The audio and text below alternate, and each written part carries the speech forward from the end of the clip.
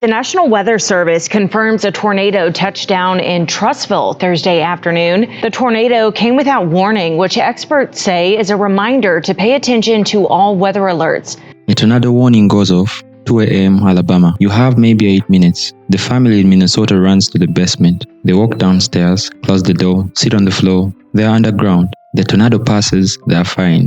The family in Alabama has no basement. They run to the bathroom, pull a mattress over themselves and pray.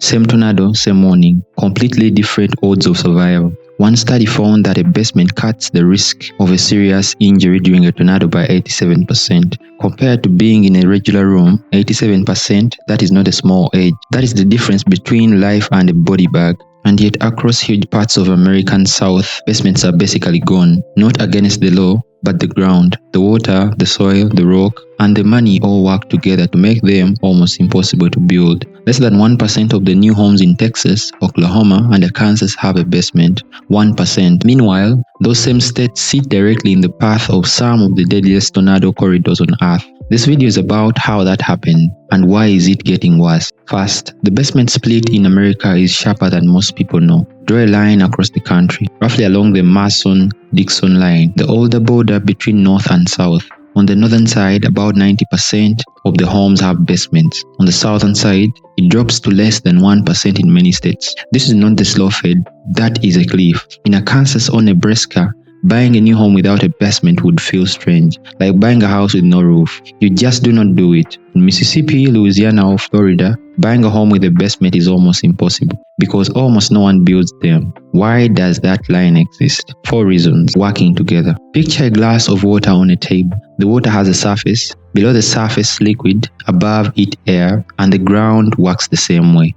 Below a certain depth, the soil is full of water. Above it, the soil is dry. The boundary is called the water table. To build a basement, you need to dig down at least 8 feet. If you have the water table is only 3 feet down, you hit the water before you get there. You're not digging a basement. You're digging a swimming pool. In South Florida, the water table is less than a meter below the surface in many places. Florida is basically a wet sponge, sitting on top of a thin layer of rock. With the ocean pushing in from 3 sides, there is nowhere for the water to go. Dig down and you fill up. Louisiana is the same story. Most of New Orleans sits below sea level. The city only exists because of leaves and pumps. Digging a basement there is almost a joke. You would spend so much waterproofing it, it would be cheaper to just build a second floor. Florida, Alabama, and Texas, Louisiana, coastal Georgia all have water tables too high for a normal basement. Reason 2. The frost line. This one is less obvious, but is actually the main reason the South never built basements in the first place. In cold climates, the ground freezes in winter.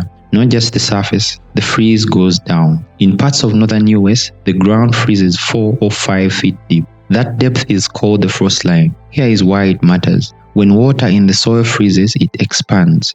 When it thaws, it contracts. That cycle can push a foundation up, crack it, tilt it, destroy it. So building codes in cold states require that foundations go below the frost line, below the depth that freezes. In Minnesota, that means digging 4 or 5 feet just to start your foundation legally. You are already halfway to the basement. At the point, you might as well keep digging. Get some useful space out of it. That is why North has basements. Not because they wanted extra rooms, because the foundation had to be deep anyway. And they made the most of it. Now look at Alabama. The frost line there is about 6 inches. In Florida, basically 0. The ground does not freeze, so foundations can be shallow. The builder pours a flat concrete pad on the ground. The house sits on top. Fast, cheap, done. No reason to dig deeper. And so the South built wide, not deep. 1-story houses on flat slabs, spreading outward across cheap land, not downward. Reason 3. The soil and the rock. Even if the water was fine and the frost line was deeper, there is still a problem of what is actually in the ground. Across much of the South, the soil is sandy. Sandy soil does not hold its shape when you dig, collapses. Building a basement wall in a sandy soil takes serious engineering, more cost, more work, more risk. And then in states like Tennessee, Georgia, and the Carolinas, you dig through a thin layer of sandy soil and you hit the limestone. Limestone is not as hard as granite, but it is still rock. You need big machines to break through it. On a normal suburban house, breaking through the limestone to the basement depth can add tens of thousands of dollars. On a house that cost $200,000 to begin with, That is a massive extra cost for a room that most southern builders and buyers assume they do not need. Builders go where the money is easy. The money is easy on flat concrete slab, and the slab can cost half as much as a basement foundation. In a market where builders compete on price, the slab wins every time. Reason 4: habit. Once a region builds homes one way for a generation, that becomes the normal. Builders train in it, supply shops stock for it, building codes are written around it, buyers stop asking for anything different. In 1970, about 1 in 5 southern homes had a basement. 50 years later, that fell to 1 in 20. Not because the soil changed, because the industry got faster and cheaper, and the slab on grade became the standard model, and the basement became something northern people had. Today, if you want a basement in Alabama, you are fighting the whole system. You will struggle to find a contractor who knows how to waterproof one. You will pay extra, and the buyers in the market will not reward you at resale. You will fight geology that is genuinely hard in many places. The market says do not bother. And for 50 weeks a year, in most of the South, the market is right. Where it gets dangerous, here is where it all turns dark. Most people have heard of Tornado Alley, that famous corridor through Texas, Oklahoma, and Kansas, where the big movie poster tornado forms, tall, photogenic, slow-moving. Storm chasers drive out to watch them on other planes. What fewer people know, the most deadly tornado region in America is not Tornado Alley. It is a place called Dixie Alley. Dixie Alley runs through Louisiana, Arkansas, Mississippi, Alabama, Tennessee, and Georgia. And the tornadoes there are more dangerous for reasons that stack on top of each other in ways that are brutal. First, the trees. The South is covered in forest. In Kansas, you can see a tornado coming from 15 miles away. In Alabama or Tennessee, the tree blocks you from the view. A tornado can be a quarter mile away and you cannot see it, not until it is on top of you. Second, the rain. Southern tornadoes often form inside heavy rain. They are wrapped in it. You cannot see the funnel. You cannot see it coming at all. You just hear it. By the time you hear it, you have seconds. Third, the speed. Tornado in Dixie Alley are pushed by a stronger jet stream. They move faster, sometimes over 50 miles per hour across the ground. A tornado in Kansas might give you 15 minutes of warning. A tornado in Alabama might give you 3. Fourth, the night. Southern tornadoes are more likely to hit at night. You're asleep, your phone is on silent, the siren goes off at 2 a.m., and you have 8 minutes, awake or not. Fifth, and the most important one, the housing. Dixie Alley has a very high number of mobile homes. Studies show that at least 40% of all tornado deaths in the US happen in mobile homes. Mobile home residents are 15 to 20 times more likely to die in a tornado than people in a regular house. The National Weather Service is direct about it. If you're in a mobile home, when a tornado warning goes off, leave immediately. It is not a safe place. There's no safe place inside a mobile home.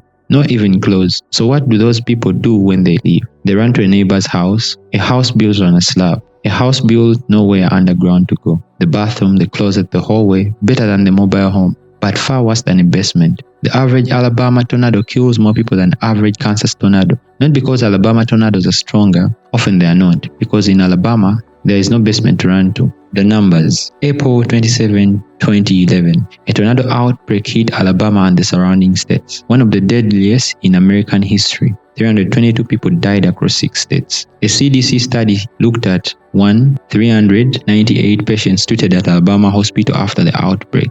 They found something clear. Among people who sheltered underground, there were no severe injuries. None. And the people in regular rooms, the injury rate was significant. Among people in mobile homes, it was catastrophic. Alabama has one of the highest average tornado death tolls in any state, about 14 deaths per year historically. It does not have the most tornadoes. Texas has far more, but Texas has far fewer deaths per storm, partly because Texas is wealthier, partly because the storm culture is stronger there. Mississippi, Alabama, Arkansas, Tennessee. Some of the most dangerous tornado exposure in the country, some of the lowest incomes, some of the highest mobile home rates, and essentially zero basement culture. That combination is not an accident. It is the result of geology, money, and hundreds of years of building habits that no one has ever had power or will to fix. It is getting worse. Climate is showing a shift. The old picture of a tornado alley on the open gate plains may be wrong. Studies tracking tornadoes since the 1970s have found the center of activity moving southeast. Fewer tornadoes on flat plains, more in the populated south, more people in the path, more mobile homes, more night storms, and still no basements. The shelter industry has grown. Famous safe rooms in ground bunkers, community shelters, they exist, they save lives.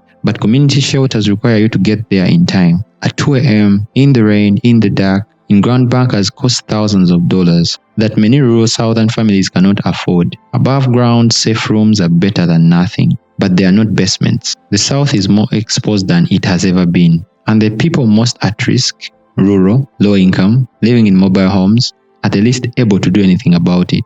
The bottom line, the reason you cannot build a basement in the South on its own is not a scandal. It is geology, it is money, the soil is wet, the frost line is shallow, the rock is hard, the slab is cheap. None of those facts alone are problems. The problem is what sits on top of them. The most dangerous tornado corridor in America is also a place with almost no underground shelter, where houses are light and mobile, where storms are fast, invisible, and come out at night, where the people least able to protect themselves are most exposed. A person who moves from Minnesota to Alabama does not just move to a warmer place. They move to a completely different risk level, one the builder has never told them about, one the market never priced in, one the government has never properly funded solution for. The basement is not just a place to keep old boxes. In a tornado, it is the difference between walking out and not coming out at all. And across half of America, it does not exist. If you live in the South, do you have a storm shelter? Or are you running to the bathroom like everyone else? Drop it in the comments. See you in the next one.